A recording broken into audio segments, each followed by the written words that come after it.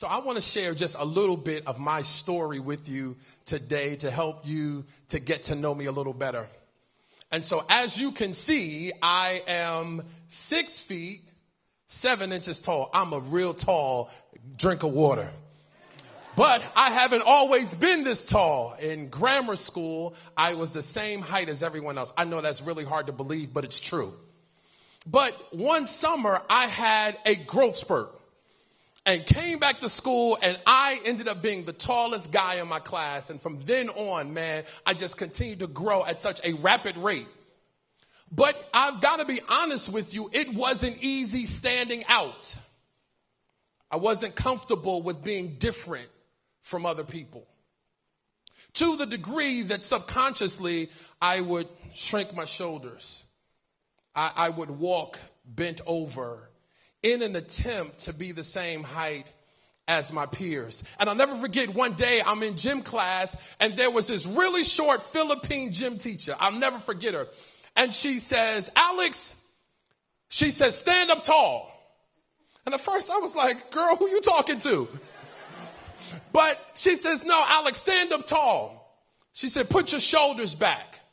She said, it's okay for you to be tall.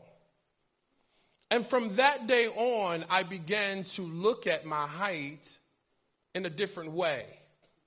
I began to see that I wasn't a mistake the way God created me.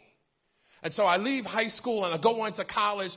And I say in college, man, if they're going to notice me anyway, they're going to say that's the tallest, sharpest guy I've ever seen. So I'll never forget, I go in a bookstore and I buy my first set of books for my first class. And in the bag where they put my books, they put a small flyer to apply for a credit card. And they said no one would be denied. You would have an instant credit limit of $300. Man, free money. Of course I applied, thinking that it was free money. How many of you know that there is nothing in life that's free? Yeah.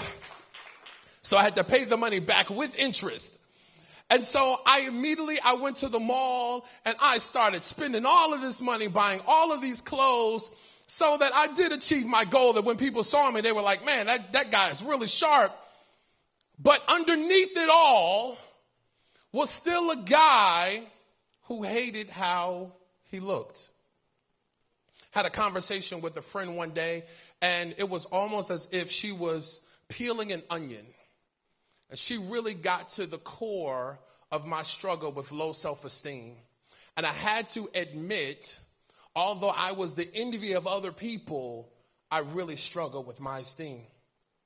And so it wasn't until I began to love myself, without the designer labels, without the real cool clothes, that I really began to see that I am fearfully and wonderfully made.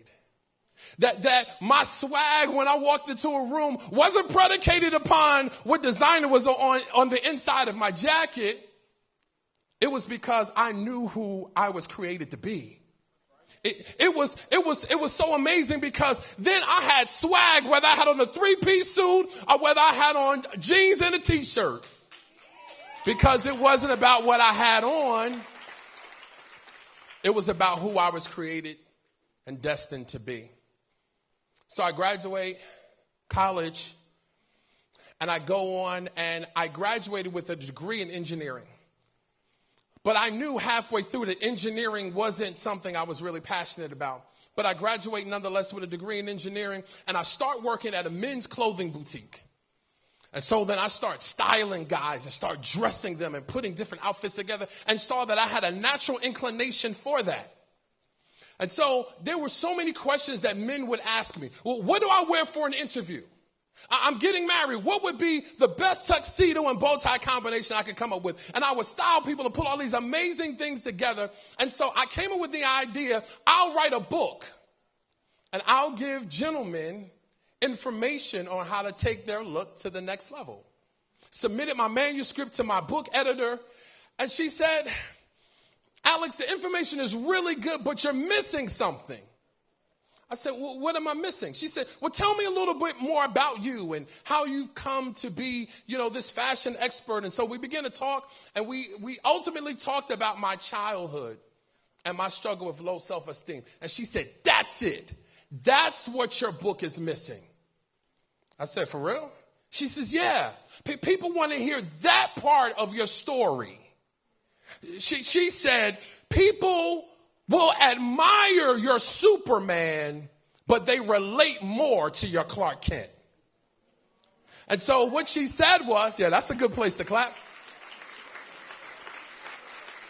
She said, I want pictures. She said, do you have any pictures of when you were in high school, grammar school, middle school, when you were tall and painfully skinny? I said, I think I got a few in the attic somewhere. She said, I need you to pull them out. She said, Alex, I need you to pull them out. I said, why? She said, because we're going to put some of those pictures in your book. I said, wait a minute. We were doing good, but you about to get fired.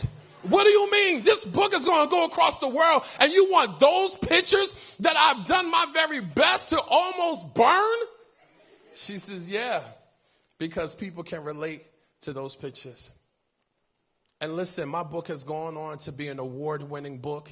And as I travel this country and I talk to students in high schools and in colleges, and when I share my story, it does not fail that there is always someone in that room that pulls me to the side that says, Dr. Ellis, I'm wrestling with the same thing. Man, your story has liberated me tonight. Man, your story has really given me the courage to love myself right now, right here, right where I am. Thank you so much for your story. See, you've got to own your story, because your story will be used to liberate others.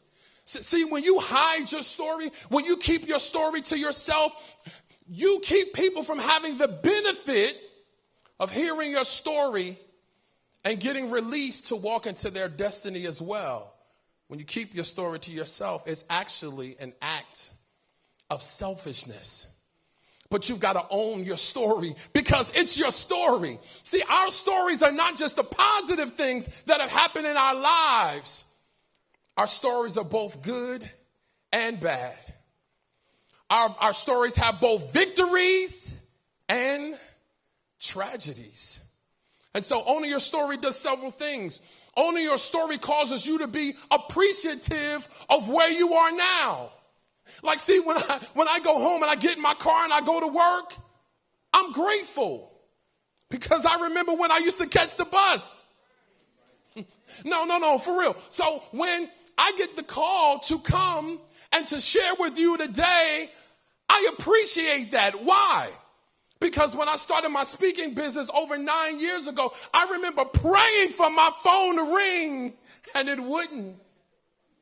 See, your story, even the negative parts about it, help you to appreciate life when you get on the other side. It also helps you to be compassionate to other people. So you don't sit on your high horse and look down on other people because you know where they've been. You've been where they are. You can say, listen, girl, been there, done that. If I can get through it, so can you. Because the real truth is, this is your life. This is your life. And people will try to steer you in many different ways. You know, we hear about different job opportunities and opportunities that will be afforded you. But hear me today and hear me plain. This is your life. So many people said, oh, Alex, I know you playing basketball. No. I'm tall enough to be a basketball player, but that wasn't my passion. See, this is my life. And if it's my life, I've got to be true to me. You've got to be true to yourself because your mom will have ambitions for you. Your dad will have ambitions for you. Friends will tell you you should do this and you should do that, but you've got to be true to you. Why? Because this is my life. And as Eminem says, you only get one shot. You get one opportunity to make something out of your life. So you've got to be true to you. There'll be people that will say, because you're a woman, you can't become that. Because you're Latino, you'll never be able to do that. Because you're African American, no, that's not for you. You can never qualify to do that. But somebody say, this is my life. It's my life. And because it's my life, I'm in control, and I get to make choices. And let me encourage you in the choices that you make. Make sure you're choosing your passion. I pursued a degree in engineering, spent 4.5 years getting a degree, but it was about money. I was chasing that paper. But I didn't realize that that's fleeting, that you've got to pursue your passion. Well, Dr. Ellis, I don't know what my passion is. What do you mean when you say passion? I mean that thing that you would do even if you weren't getting paid. I mean that thing that you could do all day long, not get any sleep, and continue into the next day. Passion. I was watching an interview with Beyonce, and she was on a set for a new video. She had gone 3 days without eating. That's passion. And so what is it that you're passionate about? What is that thing that drives you? What is that thing that stirs your heart? What is that thing that makes you so eager, that thing that gets you going? Pursue that, because that will lead to a fulfillment like nothing else you've ever experienced. Don't chase money, but pursue passion.